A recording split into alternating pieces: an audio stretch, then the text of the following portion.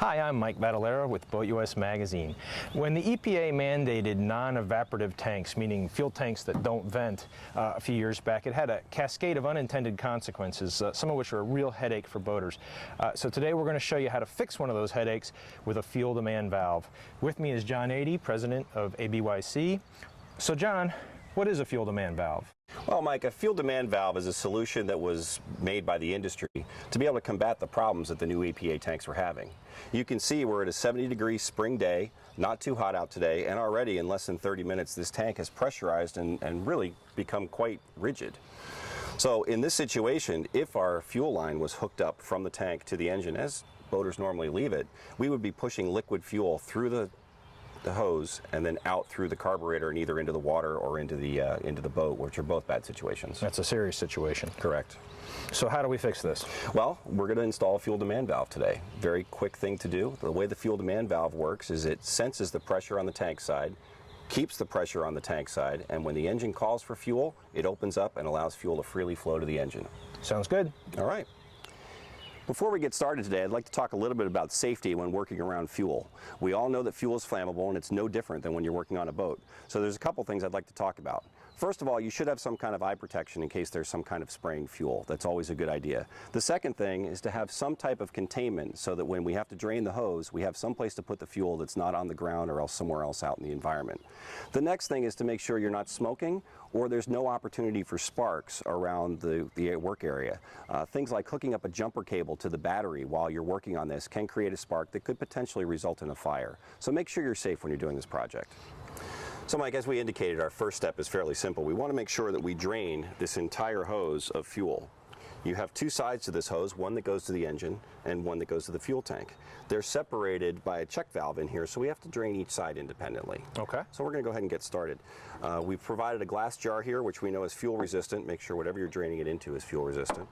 And we'll start by undoing the clips.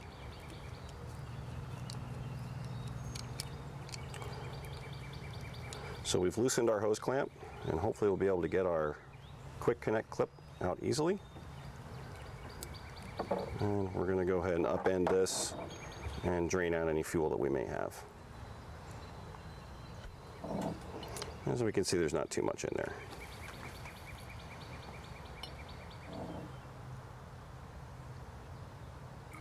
I'm squeezing the ball a little bit just to see if we can get the remaining fuel out. Mike, if you wouldn't mind grabbing me one of those paper towels. Here's two. Okay. You know, this is also a pretty good time to take a look at that clear jar and figure out if you have any water separation or issues in your fuel as well. Just a little quick tip. I don't see anything separating. Looks like clean fuel. So now we'll go ahead and do the other side.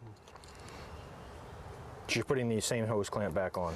We will be reusing the same hose clamp, correct, for this part of the project. Mm-hmm. Now this side is the engine side, so the squeeze ball will help you evacuate the hose fairly quickly. A lot more on this side. Absolutely.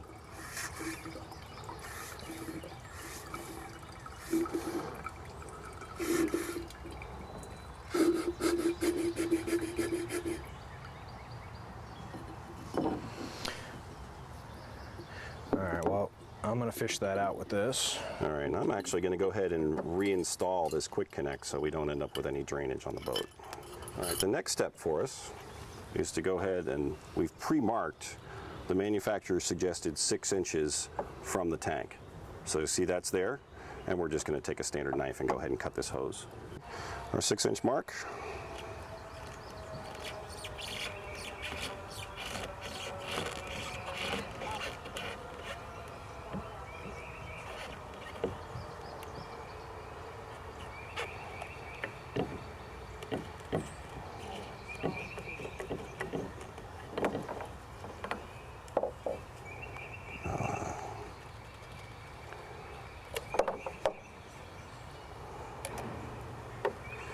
This is also important to note.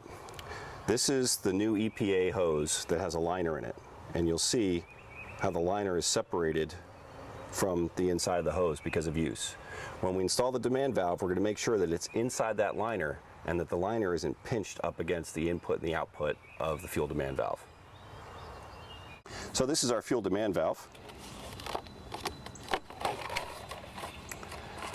And really the important feature here is to notice that there is an arrow, and the arrow points toward the engine. Okay? And our barb here is suited for the size hose that we're working with. So let's go ahead and install this demand valve into the fuel line that we've just cut. The first thing we want to remember is to put on our hose clamps. 9 times out of 10, I will forget this and have to redo it. The next part is, we already showed you our low permeation liner in here. We want to make sure that does not get stuck into the hose barb here. Our arrow is going toward the engine. The short piece we know is coming off the fuel tank. So let's go ahead and put that in. Nice and snug up against the demand valve. And we'll just go ahead and put the clamp on at this point. This is probably a great time to talk about hose clamps and the differences between them.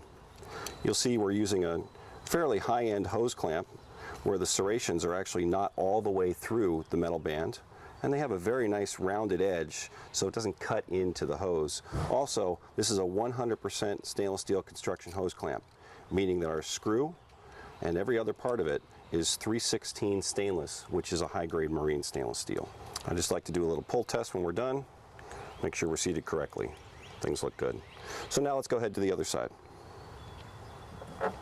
Again, installing the hose clamp,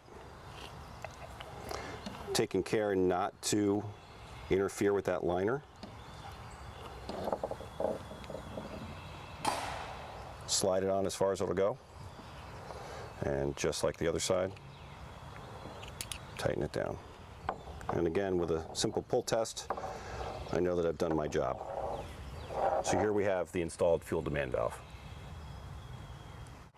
With our demand valve installed, we're going to go ahead and put the system back together.